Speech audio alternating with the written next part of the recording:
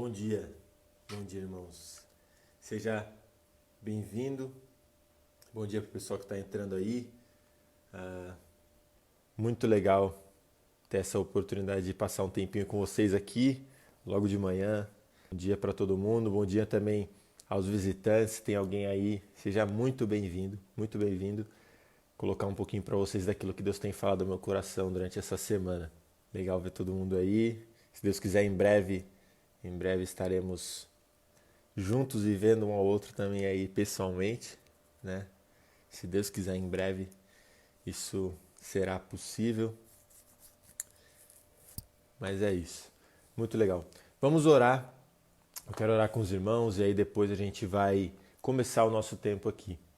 Beleza? A gente vai conversar um pouquinho hoje sobre um texto muito legal que eu gosto bastante lá em Eclesiastes. Eclesiastes capítulo 5. Então, vamos orar e aí depois a gente começa o nosso tempo aqui. Senhor Deus, muito obrigado por mais esse dia que o Senhor nos deu. Muito obrigado, Pai, pela bênção e pelo dom da vida. Nós te agradecemos, ó Deus, pela oportunidade de acordarmos e termos mais uma oportunidade de conhecermos ao Senhor mais profundamente, Pai. Nós te louvamos porque o Senhor tem cuidado de nós. Te louvamos, ó Deus, porque o Senhor é bom, porque o Senhor é um Deus misericordioso e gracioso e porque o Senhor é um Deus que nos satisfaz, Deus. Nós pedimos que o Senhor nos ajude a entender, Deus, que nada do que o mundo nos oferece é suficiente e que só o Senhor é suficiente para satisfazer todas as nossas necessidades e que nós possamos confiar nisso e buscar ao Senhor cada vez mais. Que o Senhor fale conosco durante esse tempo aqui de manhã, que o Senhor me ajude, Deus, a ser claro naquilo que eu for falar e que o Senhor nos ajude, Pai, a colocar em prática tudo aquilo que nós entendemos aqui da Tua Palavra. Nós oramos por isso e te agradecemos, no nome de Jesus, que é o nosso Salvador. Amém. Amém. É isso aí, pessoal. Bom dia para todo mundo. Sinta-se saudado, mas é isso aí, vamos lá. Uma coisa que tem, de certa forma, até me chateado um pouco ultimamente, né? E já há algum tempo. E até por isso que eu não gosto muito de assistir jornal e coisa de notícia, assim. É ver como as pessoas, e aí principalmente pessoas com poder, digamos assim, elas têm tanta facilidade para usar a posição delas simplesmente para satisfazer os desejos do coração delas, né? Essa situação toda que a gente tem vivido, de pandemia e tudo mais, tem revelado muito de como essas guerras e essas discussões, elas acabam sendo muito mais, muitas vezes, né, por dinheiro e por poder, do que pelo objetivo de cuidar de fato das pessoas do nosso país, né?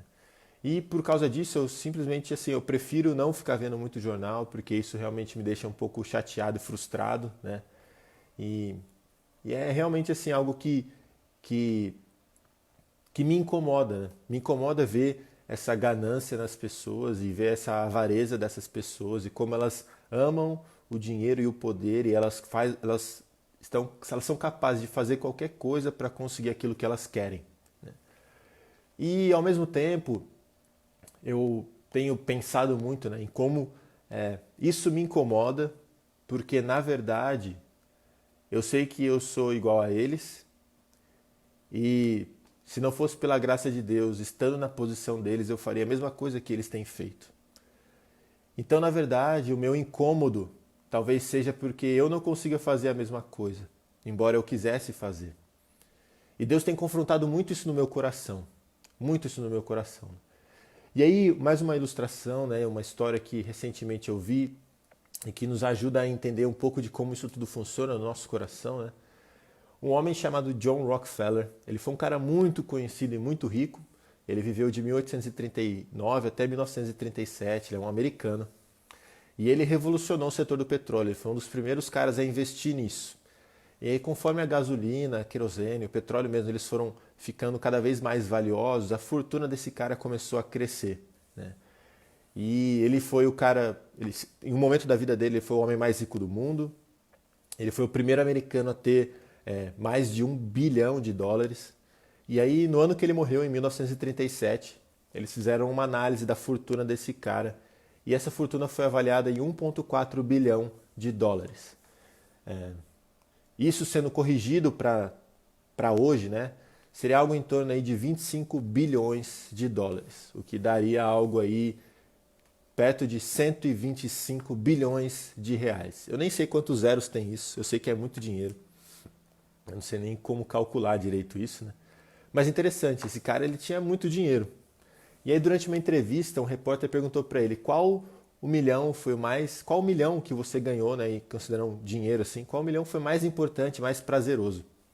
E a resposta desse cara foi o próximo. O cara, de todos os que ele tinha conquistado até aquele momento, o mais importante para ele era o próximo. E aí em outra entrevista perguntaram para ele quanto dinheiro é suficiente. E aí a resposta desse cara foi só um pouco mais. Só um pouco mais. Então o texto que a gente vai ler hoje em Eclesiastes capítulo 5, ele nos explica a resposta desse cara e aí tudo que a gente tem visto no mundo ao nosso redor e até mesmo no nosso próprio coração. E o que a gente vai ver aqui é impressionante como o livro de Eclesiastes como um todo, ele nos dá um retrato muito preciso do mundo ao nosso redor de fato, né? Que corre atrás de tantas coisas, mas que nunca alcança o que procura. É tipo aquele cachorro que fica correndo atrás do rabo, mas nunca alcança o rabo dele.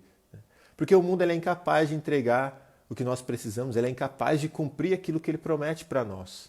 Aquilo que o mundo nos oferece nunca vai ser o suficiente. Enquanto a gente buscar dessa forma, a nossa resposta vai ser a mesma daquele cara, só um pouco mais. Então talvez você se encontre nesse momento, né? Nesse dilema, digamos assim. Falando para você mesmo só um pouco mais. Às vezes é de dinheiro, às vezes é de algum outro tipo de desejo ou Deus que você tenha criado no seu coração. Só um pouco mais disso e eu vou estar satisfeito. E o que a gente vai ler agora, eu quero ler com vocês Eclesiastes capítulo 5, a gente vai ler a partir do versículo 10, é que essa resposta ela é mentirosa. Esse pensamento é mentiroso. Esse só um pouco mais nunca é só um pouco mais. A gente vai continuar buscando sem nunca encontrar. Então, vamos ler o texto e aí depois a gente vai pensar em quatro aspectos e quatro definições, digamos assim. Então, Eclesiastes 5, versículo 10. Quem ama o dinheiro nunca terá o suficiente. Quem ama a riqueza nunca se satisfará com o que ganha. Não faz sentido viver desse modo. Quanto mais você tem, mais pessoas aparecem para ajudá-la a gastar. Portanto, de que serve a riqueza, senão para vê-la escapar por entre os dedos? Quem trabalha com dedicação dorme bem, quer coma pouco, quer muito. As muitas riquezas, porém, não deixam o rico dormir. Observei ainda outro grave problema debaixo do sol. O acúmulo de riquezas prejudica seu dono. Se o dinheiro é colocado em investimentos arriscados e eles dão errado, perde-se tudo. No final não sobra nada para deixar aos filhos. Todos nós chegamos ao fim da vida nus e de mãos vazias, como no dia em que nascemos. Não levamos conosco o fruto de nosso trabalho. Isso também é um grande mal. As pessoas vão embora deste mundo como vieram. Todo o seu esforço é inútil, como trabalhar para o vento. Passam a vida sob uma nuvem escura de frustração, doença e indignação. Ainda assim, observei, pelo menos, uma coisa positiva. É bom que as pessoas comam, bebam e desfrutem os resultados do seu trabalho, debaixo do sol, durante a vida curta que Deus lhes dá, e aceitem a parte que lhes cabe. Também é bom receber de Deus riqueza e boa saúde para aproveitá-la. Alegrar-se com seu trabalho e aceitar a parte que lhe cabe na vida são sem dúvida presentes de Deus. Deus mantém as pessoas tão ocupadas com as alegrias da vida que não lhes sobra tempo para refletir sobre o passado. Vi debaixo do sol outra grande tragédia. Aqui, capítulo 6, versículo 1. Deus concede a alguns muita riqueza, honra e tudo o que desejam, mas não lhes dá a oportunidade de usufruir disso. Eles morrem e outro acaba usufruindo de todas essas coisas. Isso também não faz sentido, é uma verdadeira desgraça. Um homem pode ter 100 filhos e viver muitos anos, se porém não encontrar satisfação alguma na vida, e não tiver nem mesmo um encontro digno, teria sido melhor que houvesse nascido morto. Pois assim seu nascimento teria sido inútil e ele teria desaparecido na escuridão. Não teria recebido sequer um nome e jamais teria visto o sol nem saberia de sua existência. E, no entanto, teria desfrutado mais paz que se houvesse crescido e se tornado um homem infeliz. Mesmo que vivesse 2000 anos, não acharia contentamento. E visto que deve morrer como todos os outros, de que adiantaria? Todos passam a vida se esforçando para ter o que comer, mas nunca parece suficiente. Será então que o sábio tem alguma vantagem sobre o tolo? O pobre ganha algo por saber como agir diante dos outros? Aproveite o que você tem, em vez de desejar o que não tem. Querer cada vez mais não faz sentido. É como correr atrás do vento. Então, partindo desse texto, a gente vai tentar definir primeiro o que é a avareza. A gente vai ver alguns perigos e enganos que um coração avarento traz. Qual é o segredo para vencer a avareza? E é uma palavrinha que está marcada aqui no versículo 6, contentamento. A gente vai falar um pouco sobre isso. E aí, para o Miro que está perguntando, eu estou lendo a NVT, é essa a versão que eu estou usando. E, por último, a gente vai falar sobre como é uma vida sem avareza. Então, a gente vai falar sobre o que é a avareza, quais alguns perigos e enganos que o coração avarento traz, qual o segredo para vencer a avareza e como é uma vida sem avareza. Então, o que é a avareza? De forma bem simples, a avareza é o amor ao dinheiro. O interessante agora pensar é que isso não está ligado ao quanto nós temos, mas ao quanto nós amamos aquilo que temos e ao quanto nós desejamos ter mais. Então, é possível e até comum ver pessoas que têm pouco serem avarentas. Isso significa que a avareza não é coisa de rico, é coisa de pecador. Tem pessoas que vão ter pouco, mas elas amam aquilo que elas têm de uma forma que aquilo é um ídolo no coração delas. E isso inclui todos nós, então. Não é coisa de rico, não é coisa de pobre, é coisa de pecador. E todos nós estamos inclusos nisso. É por isso que a Bíblia vai falar tanto sobre o dinheiro. Jesus fala sobre isso no Sermão do Monte. O livro de Provérbios vai falar bastante sobre isso também. E Paulo também fala sobre isso basicamente em todas as cartas dele. E aí, antes de entrar nos perigos e nos enganos da avareza, a gente vai ler um texto que está lá em Colossenses capítulo 3, para dar uma profundidade diferente àquilo que a gente vai conversar sobre a avareza. Colossenses 3, versículo 5 diz o seguinte: portanto, façam morrer as coisas pecaminosas e terrenas que estão dentro de vocês. Fiquem longe da imoralidade sexual, da impureza, da paixão sensual, dos desejos maus e da ganância, que é a idolatria. Essa palavra ganância está muito ligada ao conceito de avareza. E o que a gente vê, na verdade, é que esses pecados, todos eles são uma forma de idolatria. A avareza é a idolatria. É adultério espiritual, como o Tiago coloca lá no capítulo 4 do livro dele. É se prostituir e buscar satisfação fora do nosso relacionamento com Deus. É por isso que o Tiago fala que a idolatria é adultério espiritual. Nós, filhos de Deus, nós temos uma aliança com Deus. E quando nós buscamos satisfação fora dessa aliança, nós estamos nos prostituindo e adulterando. Nós estamos agindo contra o nosso noivo, que é Jesus Cristo. Então, o que a gente vê é que a avareza ela é idolatria. É idolatria. É adultério espiritual. E aqui nós entramos nos perigos e nos enganos da avareza, porque qualquer coisa que nos afaste de Deus vai nos destruir, nos enganar. Desde o começo, lá em Gênesis 3, com a serpente, a gente vê que o objetivo de Satanás é enganar as pessoas, é enganar o homem. É nos fazer achar que a gente pode encontrar contentamento e satisfação em alguma coisa que não seja Deus. O problema é que desde o jardim a gente vê que isso também é impossível. Não existe satisfação longe do Senhor, não existe quantia de dinheiro que preencha o vazio do nosso coração. Não existe experiência que o dinheiro compre que seja mais valorosa do que a experiência de ter um relacionamento com Deus. Então o que a gente vê é que a riqueza ela é inadequada para encontrar significado na vida. E se existe algo pior do que o amor ao dinheiro, é o vazio que isso traz ao nosso coração. É o vazio que ele deixa dentro de nós. Se existe algo pior do que o vício que o dinheiro traz, que o amor ao dinheiro traz, é esse vazio que ele deixa. E esse vazio começa a nos fazer experimentar coisas terríveis. Ansiedade, preocupação, descontentamento, ingratidão. Nós nos preocupamos excessivamente em ter mais. A gente fica ansioso porque a gente não sabe se a gente vai conseguir. Quando a gente percebe que aquilo não é o suficiente, nós ficamos descontentes e mostramos ingratidão. Então a gente não pode cair nessa, se eu tiver mais um pouco eu vou ficar bem, ou se eu tiver tal coisa eu vou ser feliz. Não vai, porque nós não fomos criados para isso. Nós somos criados para encontrar satisfação em Deus e somente em Deus. Nós não fomos criados para encontrar satisfação nas coisas do mundo. Nós somos criados para encontrar satisfação em Deus. Então, independente de quanto dinheiro você tem, se é muito ou pouco, ele nunca vai ser capaz de satisfazer os desejos do seu coração. Não importa quanto prazer você queira, quanto de poder você tenha, quanto de respeito você tenha, isso nunca vai ser capaz de satisfazer o seu coração.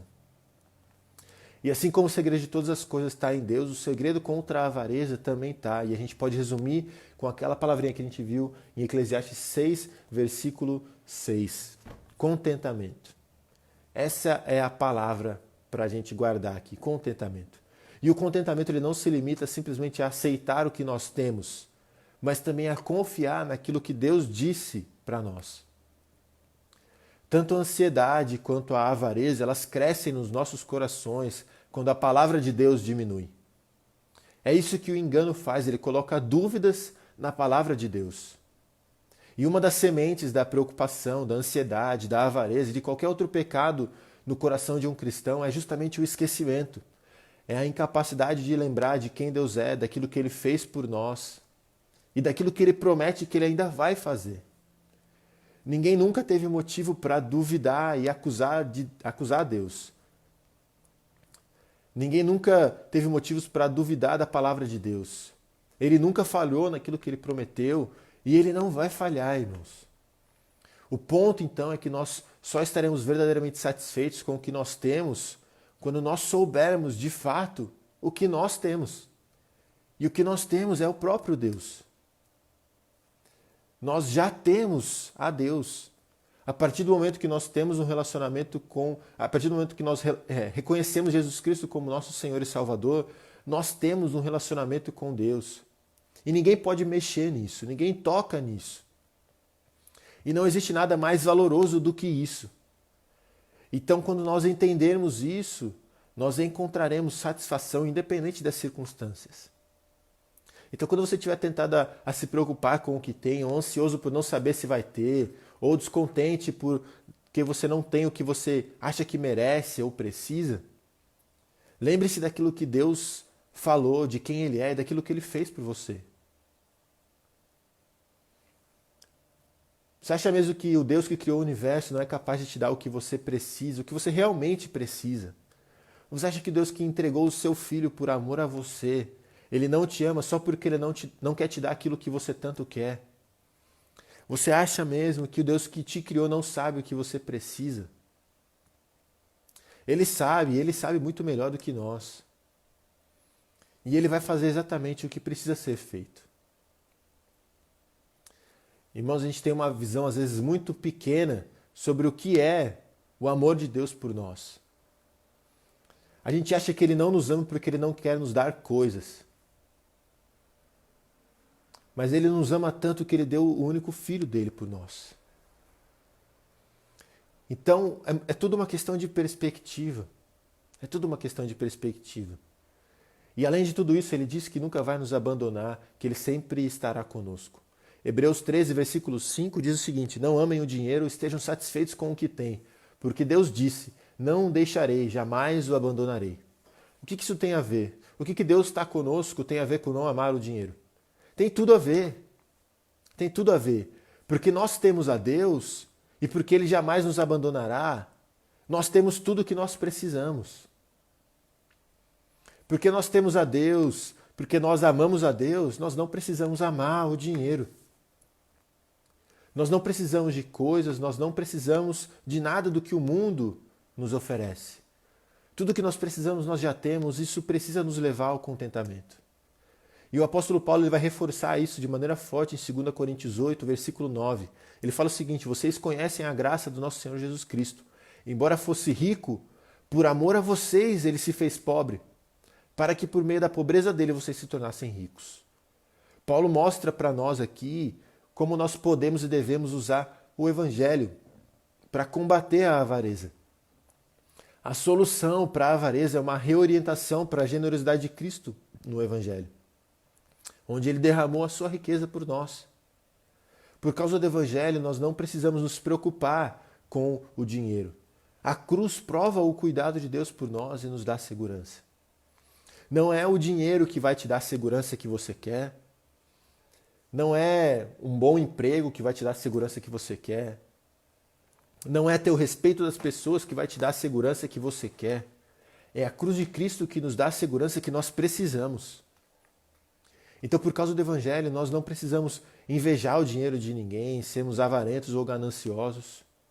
O amor e a salvação de Jesus nos dão algo que ninguém pode nos dar. Nós somos filhos de Deus, nós somos servos do Deus Criador e nós temos uma herança incorruptível, uma vida eterna e um relacionamento perfeito com o Pai. Entender isso, então, nos leva a uma vida diferente. Uma perspectiva diferente nos leva a experimentar uma vida livres da prisão da avareza. E os últimos versículos que a gente leu aqui, do capítulo 5, eles nos mostram isso. Eclesiastes 5, 16 a 17, nos dão a perspectiva de um avarento, de um amante do dinheiro. Diz o seguinte: todo o seu esforço é inútil, como trabalhar para o vento. Passam a vida sob uma nuvem escura de frustração, doença e indignação. Isso é o que a gente lê para aquelas pessoas que amam o dinheiro. Agora, os versículos 18 e 19, eles nos dão uma perspectiva diferente. Olha o que está escrito lá. É bom que as pessoas comam, bebam e desfrutem os resultados do seu trabalho debaixo do sol durante a vida curta que Deus lhes dá e aceitem a parte que lhes cabe. Também é bom receber de Deus riqueza e boa saúde para aproveitá-la. Alegrar-se com seu trabalho e aceitar a parte que lhe cabe na vida são, sem dúvida, presentes de Deus. Irmãos, Deus é tão bom e tão generoso que Ele nos dá coisas para que nós possamos desfrutar dessas coisas. Mas a verdade é que nós só desfrutaremos dessas coisas de forma correta se nós tivermos a perspectiva correta. Se essas coisas não forem deuses para nós, ídolos para nós, e sim presentes do Deus verdadeiro. Jesus ele não nos diz para desprezar as coisas agradáveis do mundo, mas bons presentes sempre devem nos apontar para o doador desses presentes. O presente nunca pode ser maior do que quem nos deu o presente. As bênçãos de Deus não são maiores do que o próprio Deus. Então as bênçãos de Deus não podem ser mais importantes para nós do que o próprio Deus. Quando nós começamos a gostar mais dos presentes do que quem nos dá os presentes, a gente começa a inverter valores aqui, inverter prioridades, e nós vamos sofrer com isso.